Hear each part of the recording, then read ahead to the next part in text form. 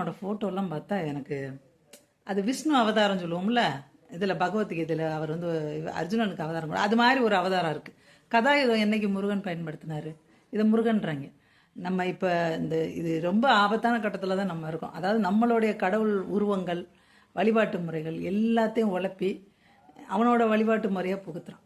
நம்ம இயல்பாக ஒரு சாமி பாட்டு போட்டாலே போதும், இந்த சங்கு ஊதுறது பெல் அடிக்கிறது இதெல்லாம் போட்டாலே போதும், நம்ம அப்படியே நமக்கு அருள் வந்துடுது.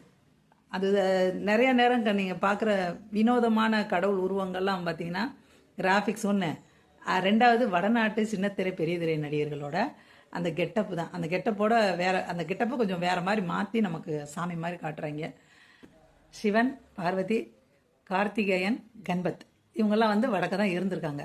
அப்படி இருக்கும் பட்சத்தில் சிவபெருமான் வந்து சொல்கிறாரு, இந்த பிரபஞ்சத்தை 7 தடவை சுற்றிட்டு வரணும் அப்படின்னு சொல்லி சொல்கிறாரு. பிள்ளையார் வந்து